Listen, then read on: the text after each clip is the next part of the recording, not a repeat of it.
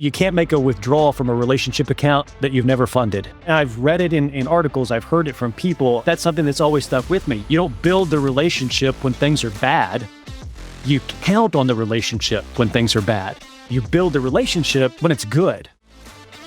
Welcome to Relationship Capitalists, where super connectors share how they build trust, create value, and thrive when AI changes everything.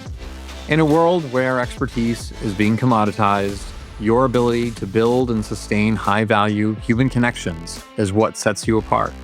I'm your host, Jason Masciarelli. Let's dive in. Welcome to Relationship Capitalists. I'm your host, Jason Masciarelli. Today, I'm joined by Aaron Marchbanks, head of engineering at Delta Systems and co-host of SaaS That App. Aaron has spent more than 20 years leading engineering teams, translating business needs into technical execution, and bridging the gap between clients, leaders, and developers.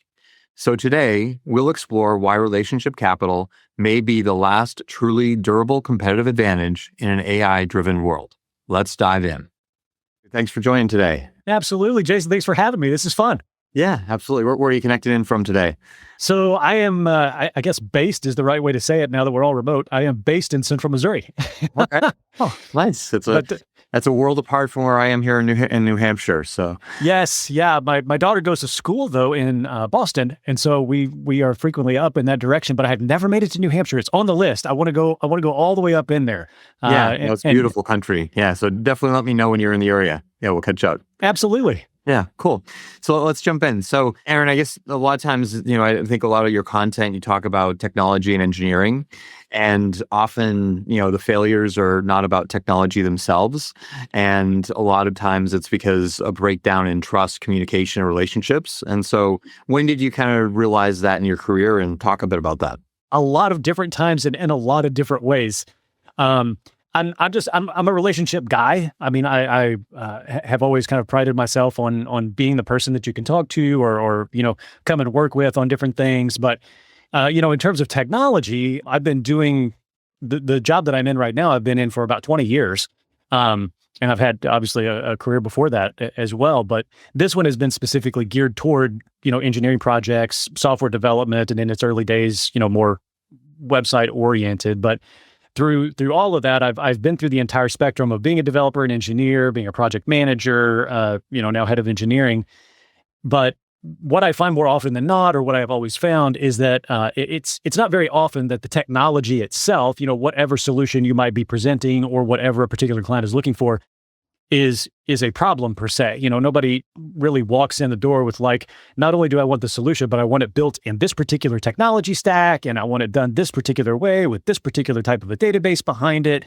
And it's never really anything like a project as you're going into it fails because the technology wasn't sufficient. I've never had a client say, well, this didn't go well because you chose PHP. A lot of them that do fail, I see, are typically just because trust became an issue at some point along the way, whether that was, our trust in the client's trust in us, people within both organizations not trusting each other and really understanding what the goals of the project are. And, there's lots of examples of those, but, it's one of those things where just making sure that from the outset you get alignment and you get buy-in from whoever it is that you're working with. And in our case, it's a client and provider type relationship.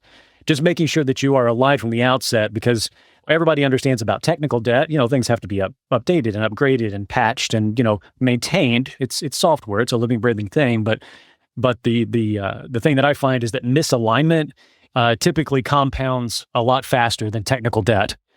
And so, the aha moments, I guess, for me along the way have almost all kind of centered around that idea, is this notion of trust and making sure that you are not only aligned from the start, but you stay aligned throughout.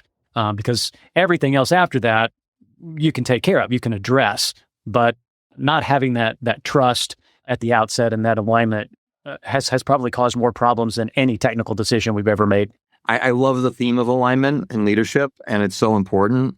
And I've never really kind of consciously connected it to relationships. And so when I listened to some of your stuff and read some of your things that you put out there, I was like, it's a really interesting connection, because at the end of the day, you don't get alignment without relationship. And alignment is all about trust and influence, right? And so it sounds like you've kind of tapped into that around, kind of this concept of being kind of like a relationship architect and technology strategist together to really help foster those relationships that drives the alignment to drive success, right?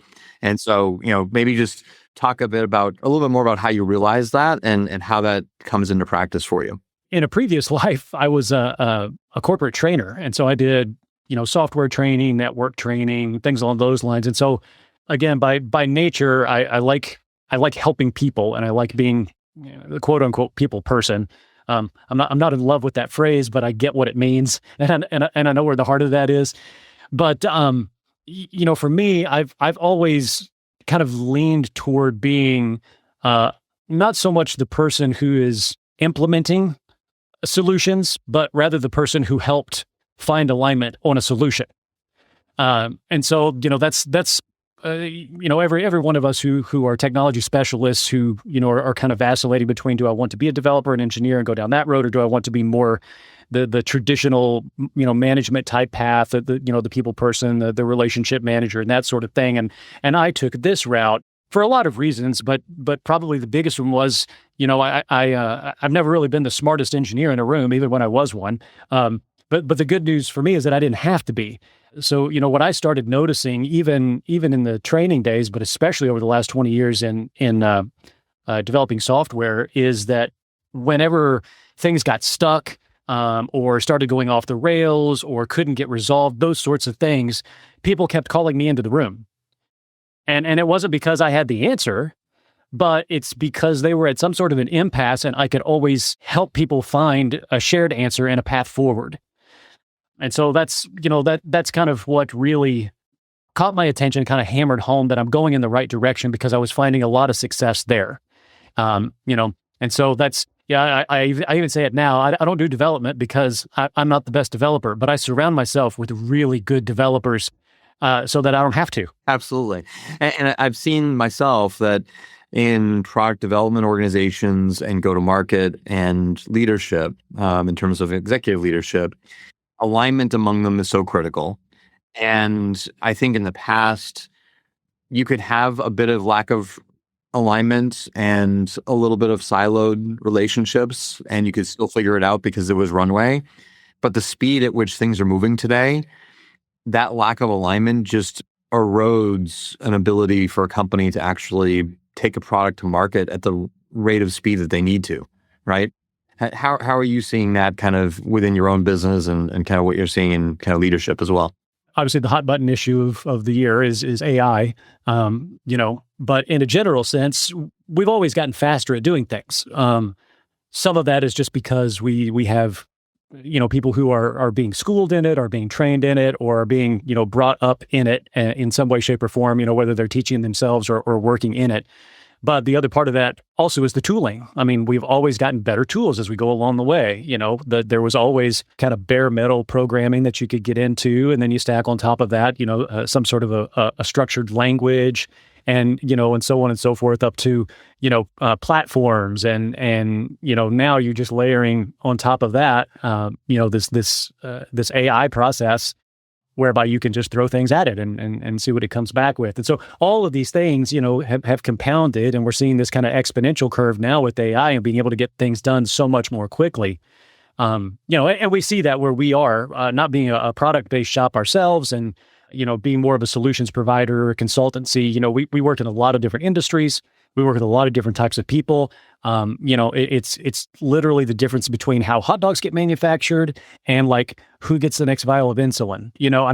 It's that type of a spectrum. But across all of those, everything is getting faster because of the tooling, because of the education of the engineering staff, things along those lines. But the thing that isn't really changing is how the selection process happens between a solutions provider and a customer or a client, and then what maintains that once that has been established. And it's all relationship, and it's all trust. I mean, people don't wake up in the morning, on a mission to buy software. They want to buy outcomes. Nobody says, hey, you know what we need? We need an API, or what I'm feeling today is a good database migration. No, in business, you want faster growth.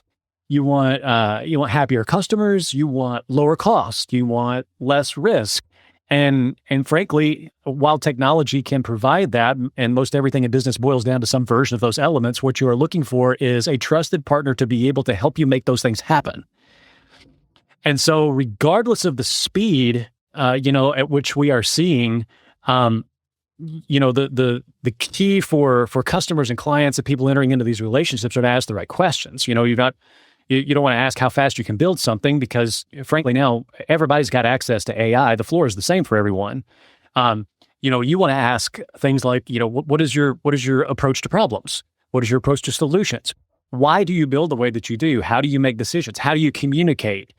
Those sorts of things. And that's the opportunity where you can establish trust and, win the business, as it were. But that's also how you keep the business, is you keep asking those same questions of each other. And that's how you keep that alignment. So while the tooling and the skill set is making us faster, the real bang for your buck is in that relationship. I would imagine as you get into some of your clients that you're doing work with, there's a lack of alignment within the organizations that you're coming into. And they're stuck with old patterns, a certain speed of execution that they're used to that is no longer acceptable in the market. And so do you have an example of like a project where you've had some really kind of meaty challenges around the people side of things and you were able to successfully kind of navigate them to good alignment and, kind of an outcome? Oh my goodness, yes. We call them horror stories, but we've all got truckloads of horror stories. I'm a process guy. And so I have a tendency to, when I find something that is successful, some sort of an approach or a tool or something like that, I like to processize it. So, those get better over the years. And in my early days, as I'm learning about client relationships and I'm seeing what's making a successful relationship and a successful project and things like that, I'm making notes and then you build your process around that sort of thing. And I remember vividly a particular point in time where I was talking with our owner at the time, and I said, dude, we are banging our head against the wall with the same type of client. And I could use your input on how to deal with this. We need to figure out a way to get around it because this type of business is not going away. And it was when we were having to deal with clients who were committees. It was the most painful type of relationship. They were the typically slowest projects. They very rarely did what a client would consider hit the mark, but it's because every interaction was with a committee. There, and I'm not saying that committees are bad, but in the context of someone who's trying to help your organization and build a process, it is so counterproductive to have 4, 5, 6 voices in a room that are not aligned to themselves, for one thing. And then for another, trying to walk away from a meeting that should have been 5 minutes and half an hour with still no clear direction on what you're supposed to be doing. And so one of the processes that we built around that is, regardless of who is on the other side of that phone call, we need one person that we will rely on as the final word, and also who we will communicate back to distribute information to you all. Whatever happens on the other side of that person, that's on you guys. But what this person says to us is the law, and vice versa. And that fixed that particular type of relationship. But it was just like project after project, and it was just the same type of issue every single time.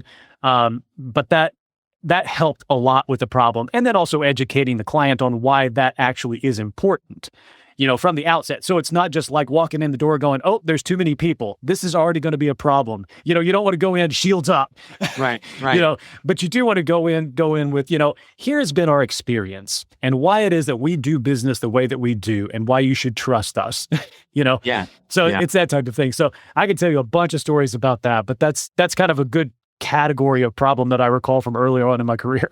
Yeah, no, that's a great approach. I mean, because organizations often, they struggle with even agreeing on who has the decision. There was a great Harvard Business Review article like 25 years ago. I think it was called "Who Has the D?" And it was the whole article was a framework about how you get to clarity on who has the actual decision-making power. Yeah. And I've tried it within certain organizations, and sometimes people, they try to avoid it. They politically, they're afraid to identify somebody. Yeah.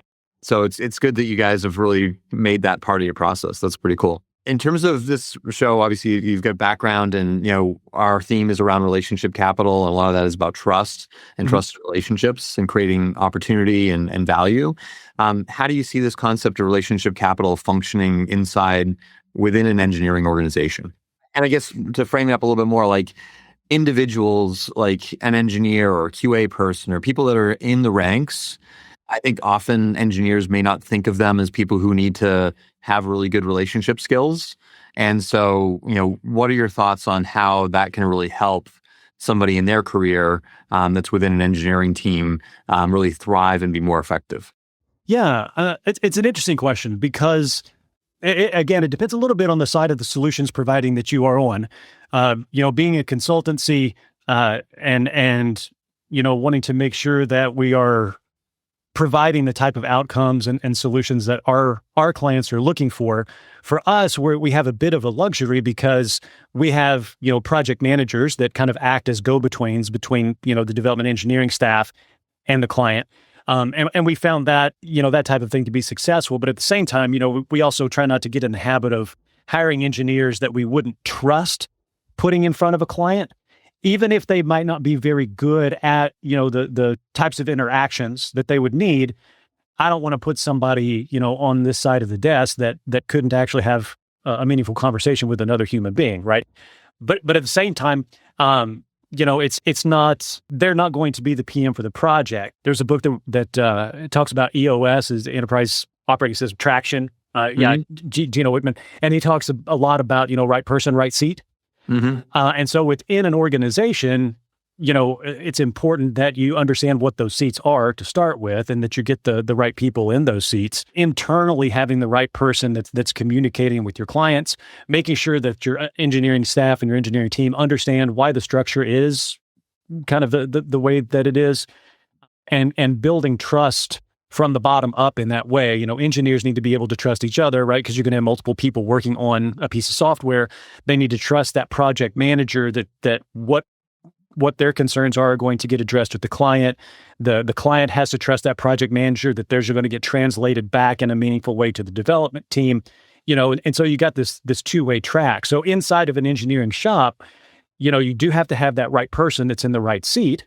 The person that's ideally suited to be a project manager is probably not going to be your best developer, and vice versa. But everything internally, just as much as the between the client and you as the solutions provider, everything internally also relies on that trust. That old notion of, you need to be able to trust the person that you're working with, right? You can't look across the table and be like, well, I got this other person that's working on this team, but I already know I'm going to have to triple check their work because they're typically wrong, or they're off on this sort of a thing. That's kind of toxic internally. You got to be able to trust the people, and if you can't, then that's a problem that you got to address. But those are the sorts of things internally that you want to make sure that your engineering team understands from their perspective. They're trusting you that the deadlines that have been set are realistic, that requirements that have been, gleaned are accurate, that problems can be brought up without, blame, that you trust, that you're all solving the same problem. So, because the issue here that no matter where you are in the layering process, whether it's that committee or your contact or your project manager or your development staff or whatever, that relationship layer in between every single one of those is critical, and communication is a big part of that, because if you don't have it and it starts falling down at any one of those layers, everybody all of a sudden, it's like retreat to your own corners, and you start optimizing for your own success instead of the shared success. Their vision falls backward onto their own self-interests instead of forward in the interest of the outcomes. Sales starts blaming engineering because they didn't deliver on promises. Engineering blames sales because they gathered poor requirements and overpromised. Clients blame communication because nobody's listening to them or they don't understand. Leaders are blaming execution because there's no process. So when that trust disappears, every problem looks like somebody else's fault. And so you've got to establish trust within the team on your side. You've got to develop trust with that manager. They got to develop trust then with the client. And you just kind of layer on each one of those. And at each step, you're always looking for that breakdown.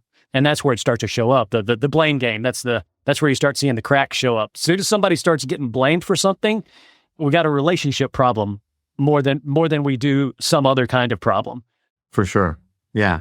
And you've led teams and managers and so on. And so, I often see this as a powerful capability to manage people. And some of the things that I've seen that you've put out talks about kind of a leadership style that's around kind of uniquely managing relationships with direct reports and how you kind of approach each of those relationships in a unique way to bring the best out of them.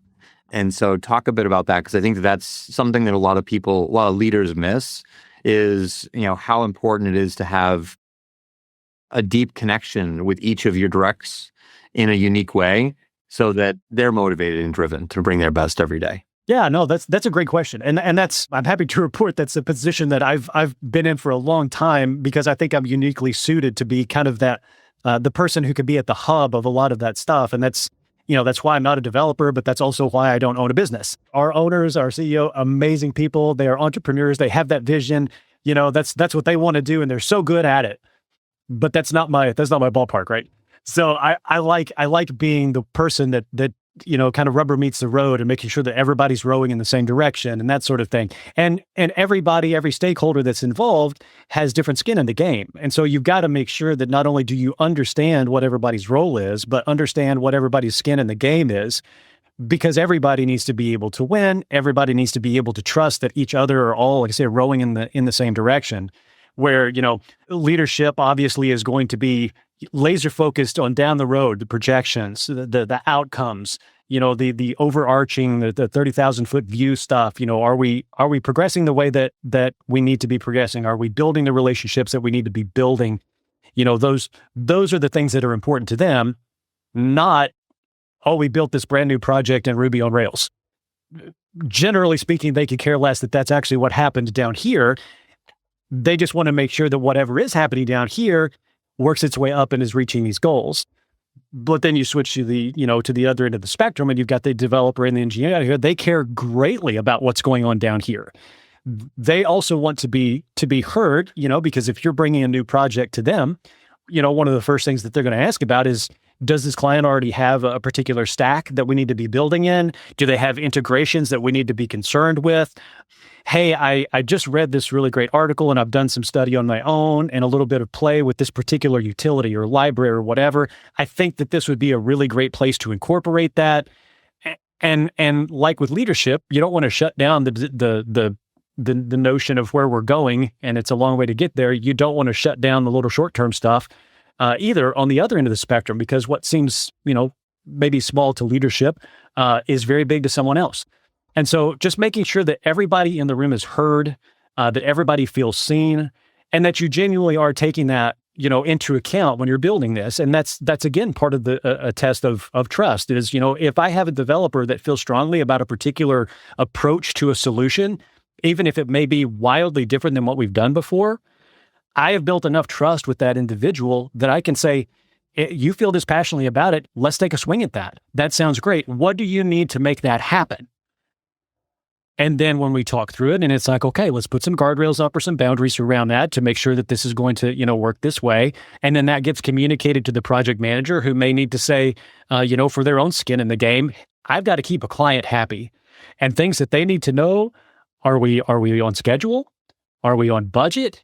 Have there been changes that are going to affect either one of those two things? Stuff like that. And so that person also needs to be able to have a little pushback too and say, well, this is great, but what you just told me we're going to do is about to double our budget. And there's no way that the client is going to go for this. However, what he can also say is, I will take it to the client though and give them that option, because it does have a lot more positives than what we were talking about originally, and not shutting it down.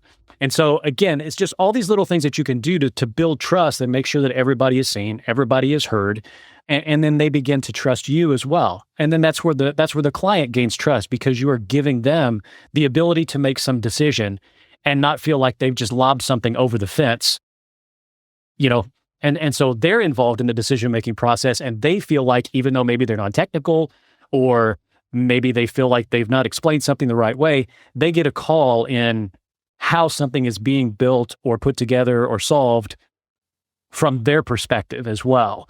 And they have some control. So you've given everybody in that process some amount of control. You've given everybody in that process a voice, and you've made sure that everybody is at the very least heard and understands what's going on, even down here behind the scenes. And so that's, those are the sorts of things that we build our culture around and always have. We're very proud of the team that we've built, and we've got a lot of tenure because of that. You got to, like I said earlier, you got to like what you're doing. You got to like who you're doing it with at the end of the day. And a big part of that is the relationships that you build and that notion of trust and how do you build it. Yeah. And do they feel valued, right? Absolutely. Yeah. Because they are. You hired them for a reason. You've kept them on for a reason. And they need to know, even if it's, just something small, they need to know why that is. Everybody wants validation, and it's not about always, fluffing somebody's feathers. It's about just being honest with them. And that's what's going to drive higher performance for you folks at the end of the day, because now you've got an inherently motivated team because they feel like they've been heard, like they're trusted, and that they're a valued member, playing a valuable position. Do you see that any threat to that with AI in terms of how fast things are going? And because I do find that technical teams, really want time where they can, experiment with the newest stuff, but always, the stuff that they're experimenting with may not be aligned with what you have to deliver for a client. So how are you kind of threading that needle? Yeah, that one is a little more personal for the individual. Some folks, we got guys on our team, and I know that this is kind of a universal thing with engineers, that are good at what they do. All of them have side projects. Everybody is working on something in their off hours, because they're either trying to solve their own problems or something is cool and new, and I want to find where the limits of this thing is and just start playing with it, right? So, so a lot of them will just come in the door on a work day having done something, and they're bringing that knowledge or they're bringing that information, or, like in the example that I use, I just found this new library or whatever, and I think that this would be a good reason for it. But, you also want to afford during the day or in the makeup of your week or part of your processes, some time for everybody to stay up on stuff. It's, it's really hard because things do move obviously immeasurably fast, especially these days. That curve, the exponential curve is just insane, but nobody can keep up with everything all the time. But you still need to afford the opportunity for people to continue their education and continue to grow and build. So for us internally, things that we've done, obviously we don't poo-poo anybody's outside of work stuff. As long as you're not directly competing, you don't have another company on the side doing what you're doing the rest of the time, please go and play with stuff. But also during the day, making sure that they have some time that they can set aside for testing an idea or a theory. And we've done this off and on throughout the years, and we're on an on cycle right now. We do kind of these lunch and learns, once a week. Sometimes it's once a month, just kind of depending on what it looks like. But right now we're in a cycle of lunch and learns on AI. And so every week, someone comes into the whole team. It's a all hands meeting, and they are demoing something that they've done personally or for a client. They are talking about something new or different that they have found or read or are interested in playing with, and they may already be the subject matter expert on, and they're sharing that with a team of 20 to 30 people, and then you open that up to questions, and that again just continues to build the trust, because you're hearing from other team members who are doing really interesting things, but you're not necessarily having to invest a lot of your time to try to go and grab that. You're kind of building your skill set as someone else is too.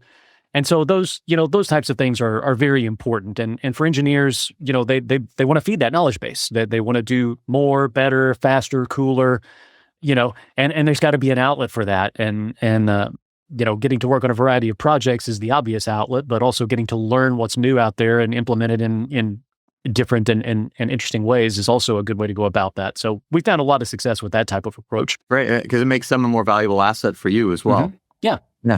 Yeah, for sure. So if a founder or operator or technical leader's listening on a Monday morning and they want to build better relationship capital for themselves, what's a 15-minute daily habit that they could do to start improving that? Oh gosh, there's so many things.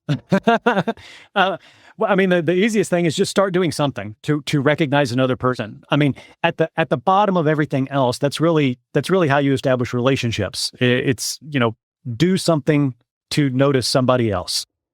You want to do that not just in business, but that's also a good personal thing. But, in business, it could be something like, sending a note or congratulating someone or making an introduction, sharing an interesting article, something that that they're probably interested in, making them feel seen and heard in a project setting. Someone who hasn't spoken up for a while, ask them what their take is on this particular thing. Genuinely try to find out what their concerns or their issues are. One of the things that I like to do, and a lot of organizations do, are have one-on-ones.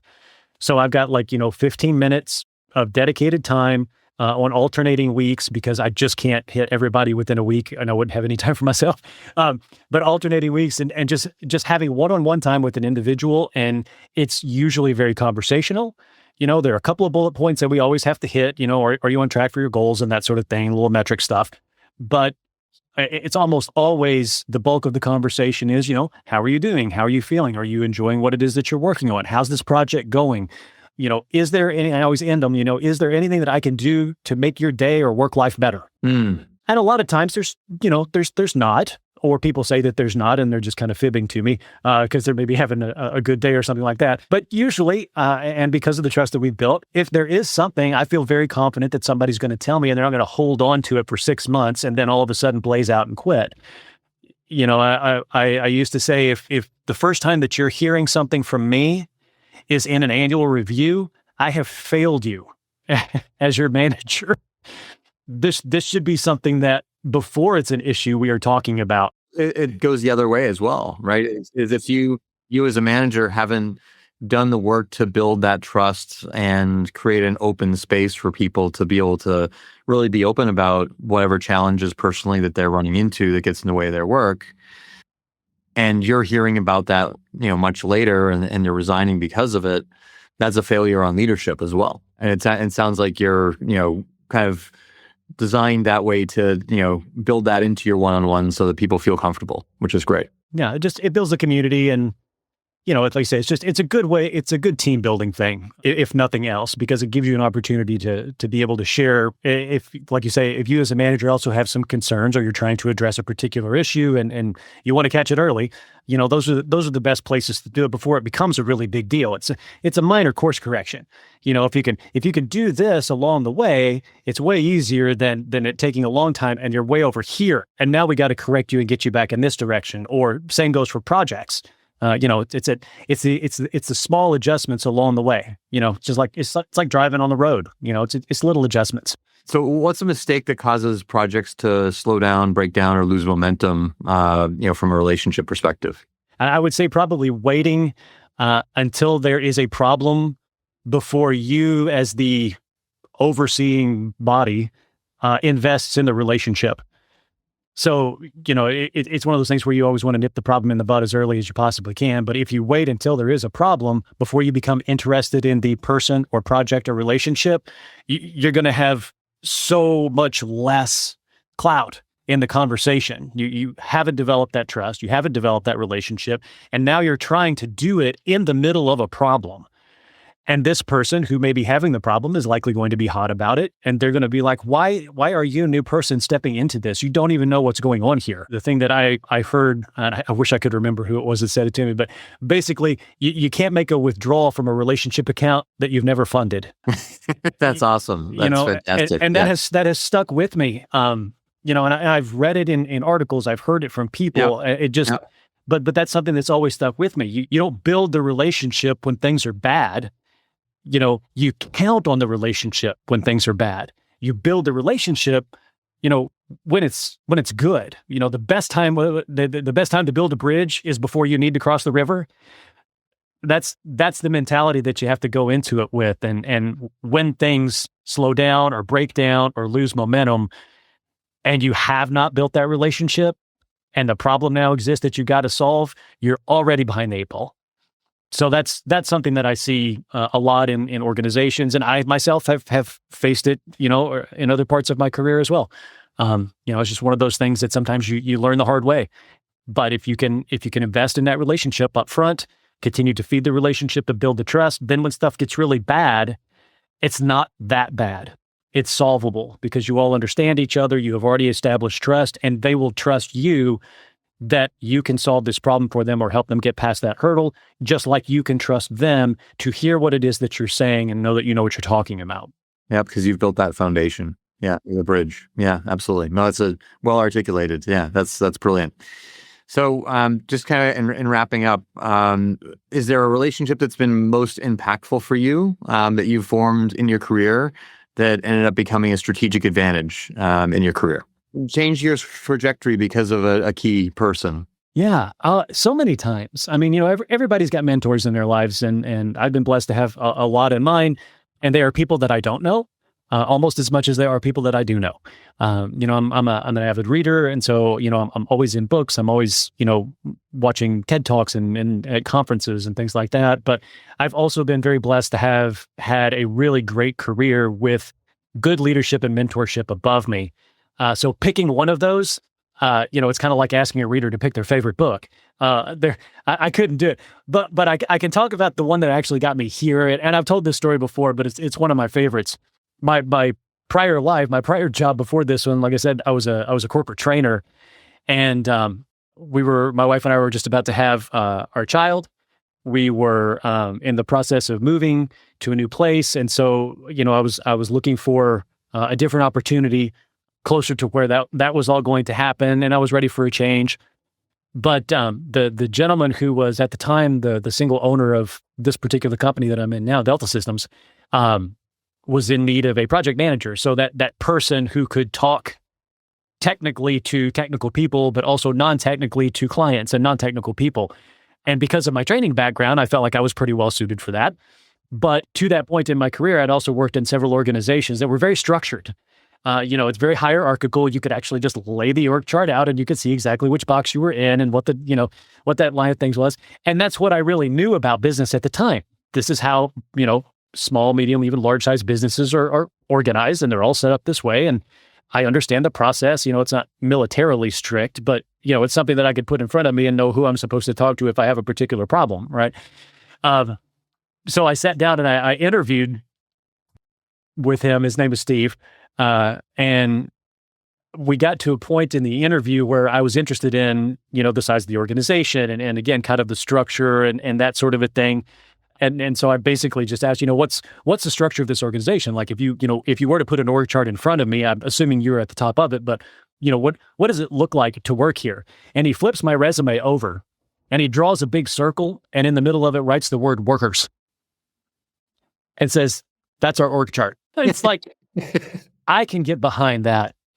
He was illustrating to me that we are all peers here. Everybody's got a job, but everybody's on equal footing. Everybody listens to everybody else. This is about relationships, and he is a relationship guy more so even than I am.